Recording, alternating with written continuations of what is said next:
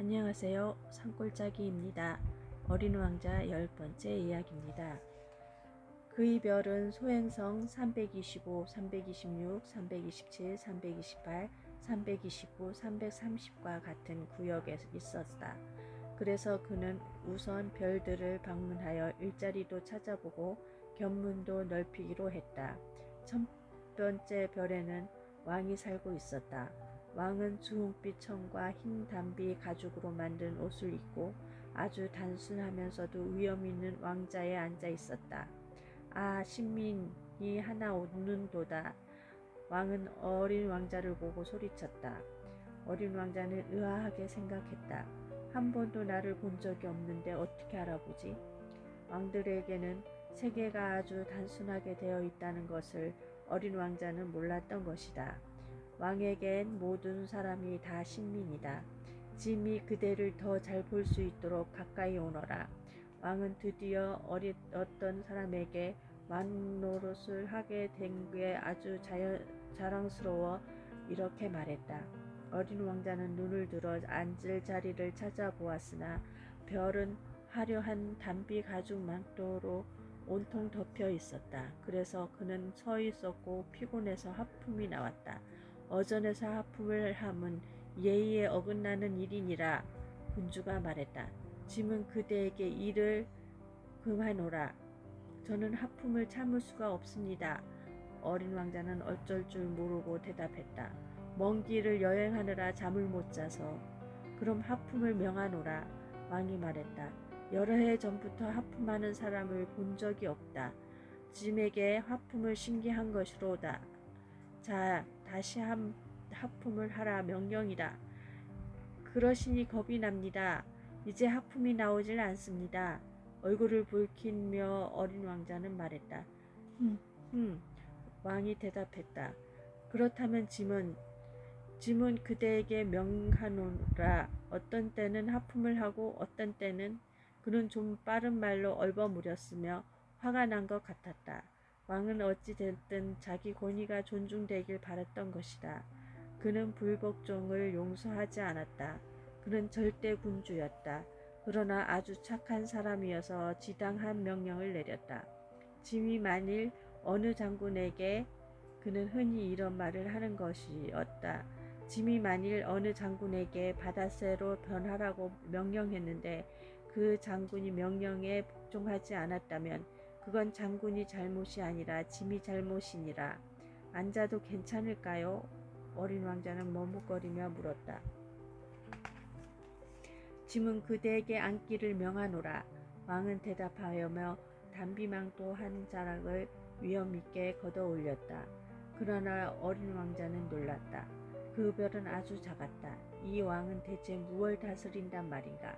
전하 여쭐 말씀이 있습니다만. 그가 말했다. 짐은 그대에게 질문하기를 명하노라. 왕은 서둘러 말했다. 전하께서 무엇을 다스리십니까? 모든 것을. 왕은 매우 간단하게 대답했다. 모든 것을요?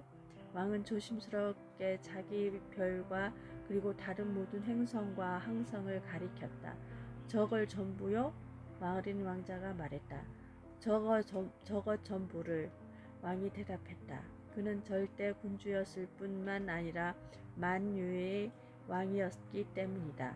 그럼 별들이 전하에게 복종합니까? 물론이로다. 왕이 말했다. 별들은 즉시 복종하느니라. 짐은 불복종을 용서하지 아니하노라.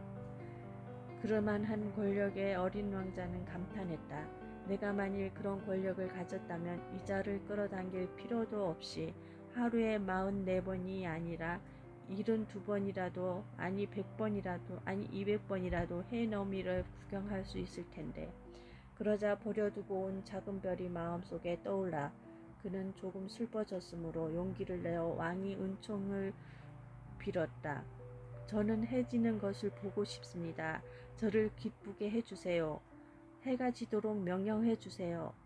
짐이 만일 어느 장군에게 이 꽃 저 꽃으로 나비처럼 날아다니라든지 비극을 한편 쓰라든지 바다새로 변하라고 명령을 하여 그 장군이 하달된 명령을 수행하지 못했다면 짐과 장군 가운데 누가 잘못이겠는가? 전하의 잘못입니다. 어린 왕자는 단호하게 대답했다. 바로 그렇다. 누구에게나 그가 할 수 있는 것을 요구해야 하느니라. 왕은 계속했다. 권위는 무엇보다도 이성의 근거를 두는 법이니라. 내가 만일 내 백성들에게 바다에 빠져 죽으라고 명령을 한다면 그들은 현명을 일으키리라. 짐이 복종을 요구할 권리가 있음은 짐이 명령이 지당하기 때문이니라. 그런데 제가 부탁한 해노미는 어떻게 됐습니까? 한번 질문을 하면 절대로 잊어버리지 않는 어린 왕자는 그걸 다시 일깨웠다. 너는 해노미를 보게 되리라. 짐은 그것을 명령하겠노라. 그러나 짐이 통치술에 따라 조건이 마련될 때까지 기다리겠노라. 언제 그렇게 될까요? 어린 왕자는 캐물었다. 왕은 우선 커다란 달력을 들추며 대답했다. 그것은 오늘 저녁 7시 40분경이 되리라. 그때 너는 짐의 명령이 얼마나 잘 이행되는가를 알게 되리라. 어린 왕자는 하품을 했다. 해지는 것을 못 보게 되어 서운했다. 그는 벌써 좀 지루해졌다. 저는 여기서 더 할 일이 없습니다. 저는 떠나겠습니다. 그는 왕에게 말했다. 떠나지 말라. 왕이 대답했다. 그는 신민을 갖게 된 게 아주 자랑스러웠던 것이다. 떠나지 말라. 짐은 너를 대신으로 임명하노라. 무슨 대신이요? 법무 대신. 하지만 재판받을 사람이 없는데요. 아직 모른다. 짐은 아직까지 짐의 왕국을 돌아본 적이 없노라. 짐은 매우 늙었고 수레를 놓을 자리도 없고 걷자니 피곤하고. 왕이 말했다. 하지만 전 벌써 다 보았어요. 어린 왕자는 대답했다. 그는 방금 몸을 기울여 그 별이 다른 편을 힐끗 보았던 것이다. 저쪽에도 역시 아무것도 없습니다. 그럼 그대 자신을 재판하라. 왕이 대답했다. 그게 가장 어려운 일이로다.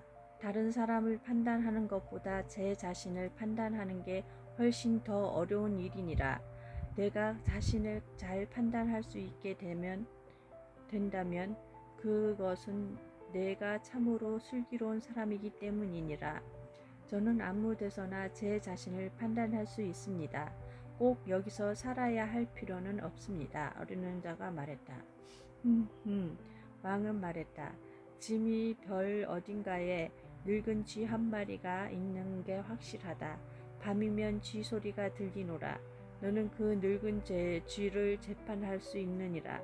이따금 그 쥐를 사형에 처할 수도 있노라. 그러면 쥐의 생명을 너희 재판에 달려있노라. 그러나 그때마다 너는 특사를 내려 그 쥐를 아끼도록 하라.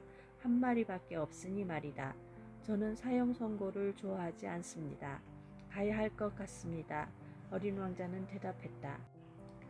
안 된다. 왕이 말했다. 어린 왕자는 준비를 다 끝냈지만 늙은 군주를 마음 아프게 하고 싶지 않았다. 전하의 명령이 어김없이 복종되길 원하신다면 제게 지당한 명령을 내려주십시오. 예를 들어 1분 안에 떠나라고 명령하실 수 있을 것입니다. 제 생각으론 조건이 마련된 것 같습니다만 왕이 아무런 대답도 하지 않는 걸 보고 어린 왕자는 잠시 주저했지만 곧 한숨을 쉬며 별을 떠났다. 짐은 그대를 대사로 임명하노라. 왕은 그때 서둘러 소리 질렀다. 위험이 가득 서려 있었다. 어른들은 참 이상해. 어린 왕자는 여행을 하며 속으로 생각했다.